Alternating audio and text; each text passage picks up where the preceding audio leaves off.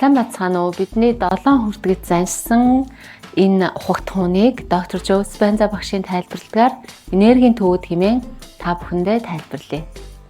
За хамгийн түрүүнд бидний үндэс хүртгэж нэрлэгддэг боловч доктор Joe Dispenza багшийн нэрлэлгээр нэгдүгээр энергийн төв гэдэг энэ үйл ажиллагааг тайлбарлая. Энэ бол тэгэхээр хүний хамгийн анхаарчны хэрэгцээ буюу амьд байх, үр төлөө үлдээх.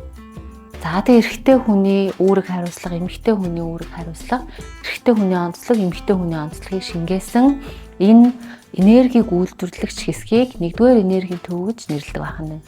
Нэгдүгээр энергийн төв нь өөрөө хүний нөхөн өрчгөн эрхтэн тогтолцоо буюу одоо энэ төрөө булчирхай, өндгөвч, за тэгээд энэ бага арцгны хүндийн эрхтэн тогтолцоонуудыг агуулсан одоо юм нэгэн төрлийн энерги үйлдвэрлэгч, нэгэн зорилгын дор үйл ажиллагаа явуулагч эд эрхтний нийлбэрийг энергийн төв гэж байгаа. Тэгэхээр мэдээж энэ энергийн төв бол одоо амьдрал утгагүй хамаа орлоо гэж бодох ч юм уу. Амьдралынхаа утга учирыг ойлгохгүй байх, яах гэж амьд байх гэдэг гэдэг тэр хэрэгцээ шаардлага ойлгохгүй байх.